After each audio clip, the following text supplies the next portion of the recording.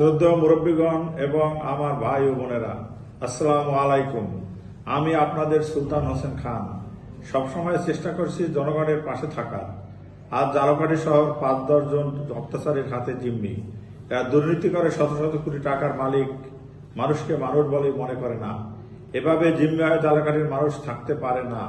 তাই বঙ্গবন্ধুর আদর্শের একজন সৈনিক এবং মাননীয় প্রধানমন্ত্রী বঙ্গবন্ধু কন্যা শেখ হাসিনার একজন কর্মী হিসাবে এবং আপনাদের দাবির প্রতি সম্মান দেখিয়ে আগামী ২১শে মে মঙ্গলবার তারিখে দোয়াত কলম প্রতীক পেয়ে ঝালকাঠি সদর উপজেলা পরিষদ নির্বাচনে চেয়ারম্যান পদে প্রতিদ্বন্দ্বিতা করছি। আমার উপর চাপ ছিল, হত্যার হুমকি ছিল, আমি পরোয়া করিনি। তার প্রমাণ গত ১৪ই মে মঙ্গলবার আমাকে হত্যার উদ্দেশ্যে আমার জনসভায় হামলা হয়। আপনাদের দোয়ায় বেঁচে আছি, আমি ভয় পাই না। মরতে তো একদিন হবেই, মরার আগে মরব না। আমি ঝালকাঠি ছেড়ে যাব না, আপনাদের পাশে আছি, এটা আমার শক্তি।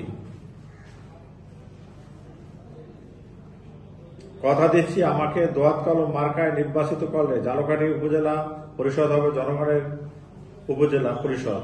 দুর্নীতিবাজ খারাপ মানুষের কোনো জায়গা হবে না।